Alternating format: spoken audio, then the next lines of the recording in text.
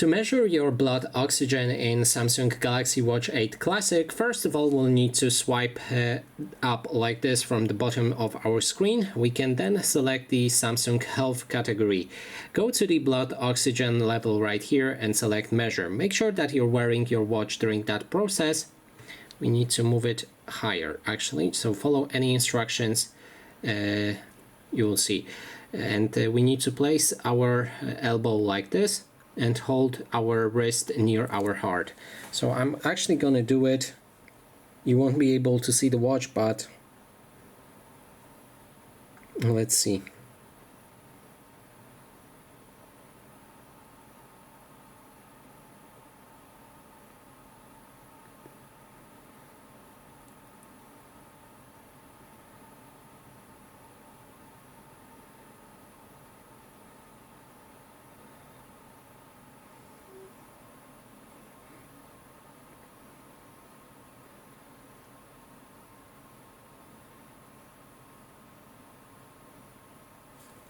Okay, and here's the result.